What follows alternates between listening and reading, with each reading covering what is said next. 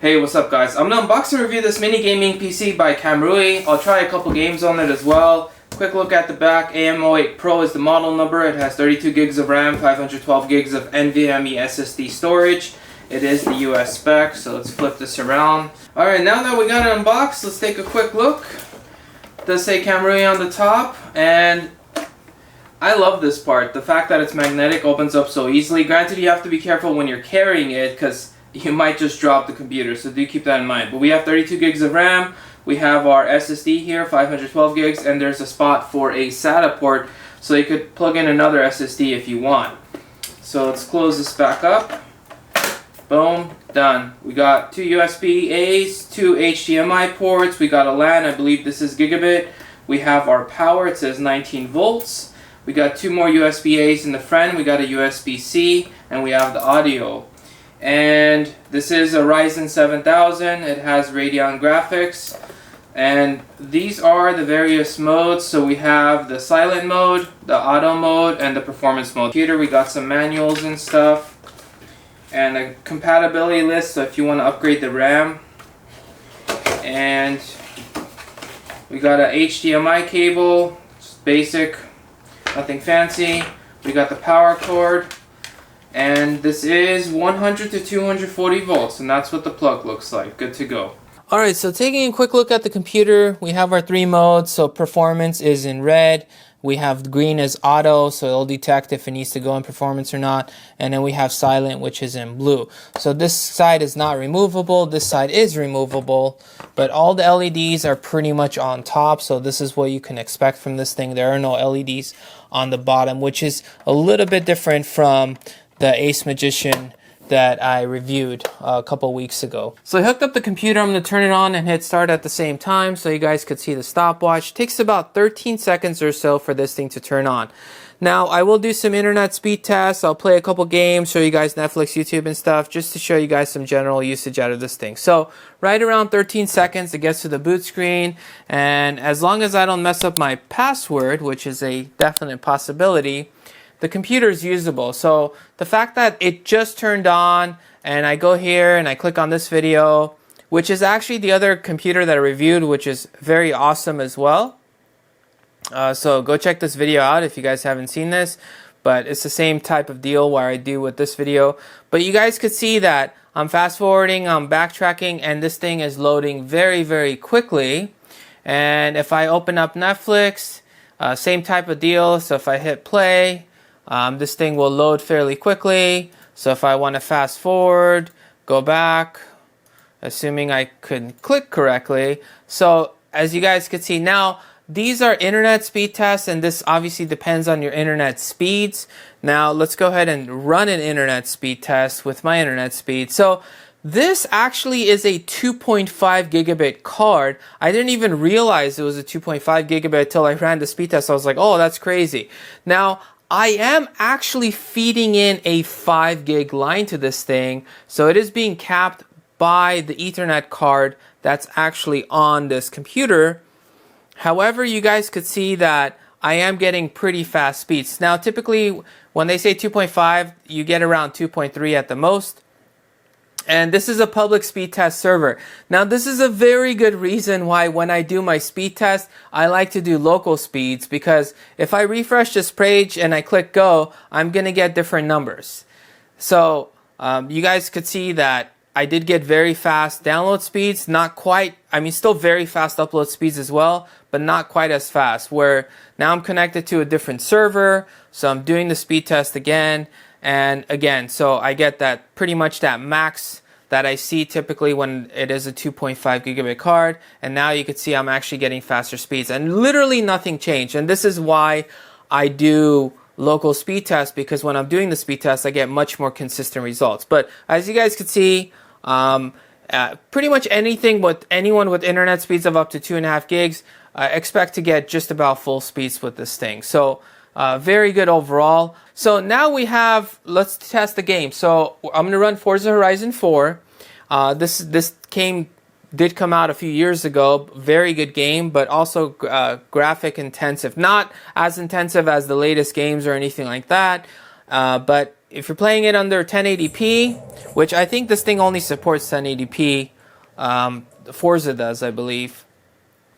Horizon 5 you can play under 4K, I think. Horizon 4, I don't know, maybe you can play it under 4K or not. I forget.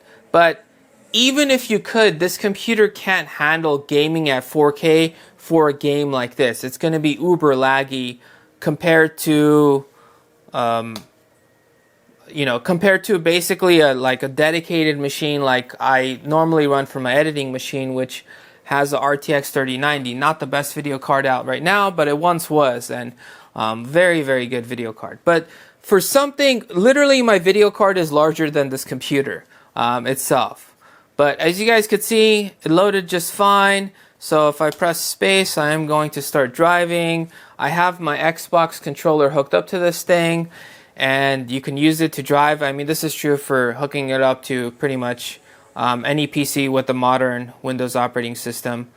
But let me drive a little bit just so you guys get a sense to see that it's not lagging, which again, for a computer this small, for the price, I'd say that's pretty impressive. So, I mean, they do boast it as a mini gaming PC, and it is that, but don't think that, oh, if you get this, you're going to be able to play any game at like full resolution. So it's not designed for that. It's just designed to play some games and under like pretty much 1080p resolution basically. But as you guys could see, not lagging, it's fine. So there we go. And it supports all that stuff. You could switch views and everything, and just it works fine as you would expect it to. All right, and yeah, if we go to settings, just so you guys, if you guys are interested in the settings, we are under 1080p, 60 frames per second, and that's pretty much, yeah, the extent of that. Now, an interesting thing that I did with this one was Forza Horizon 5 came out later, and it is a little more graphic intensive, and I don't think this computer meets the minimum qualifications. So when you're trying to load it, it gives you a warning. Now you could say ignore warning and it will play the game. It does take like a minute to load. Few moments later. Now, this is the warning I'm talking about. So it says we have detected the following hardware issues. Your graphic card is not supported. So I could click ignore warning. Later. Alright, so it took a minute to load this thing, but Horizon 5 and seems to be working just fine. Assuming I know how to drive with this thing. So there we go. Change the views just like the other one. Works just fine. Check out the other views and stuff. Start going to the desert. LOL, I had to hit that like, it's like, who put that light pole there? But yeah, so there we go. So you could see that works just fine for this as well. It doesn't seem laggy, but again, this is under the, definitely on the lower end in terms of the settings for it to play without lag. But yeah, so there we go. So I'm gonna go here. I'm gonna show you guys the settings real quick. So if we go to video, again, so 1920 by 1080, 60 frames, and yep, good to go. Okay, so now I want to show you guys the logical processors. So obviously if I had Excel and Word and stuff on this, it would work just fine as well. So if I hit Control-Shift-Escape on the keyboard, if I click on Performance, I click on CPU, this shows me my logical processors. So I have 16 logical processors and 8 cores. And the base speed is 3.2 gigahertz. This is the chip, so it's a Ryzen 7 7735HS. And yeah, so if you go here, you'll probably see this. But if you right click, you could do logical processors and pretty much see all of them. We have 32 gigs of RAM. Disk space, it was 512 gigs. Now, you're always going to see a smaller number here because the way they count it and the way the computer actually counts it is different, because in computers, it's actually in powers of 2, which is not typically how they advertise things. But that's a different story altogether. And again, we have the 2.5 gigabit Ethernet, which I thought it was a gigabit initially, but it ended up being 2.5, which is awesome. And then we have our video card. It's an AMD Radeon.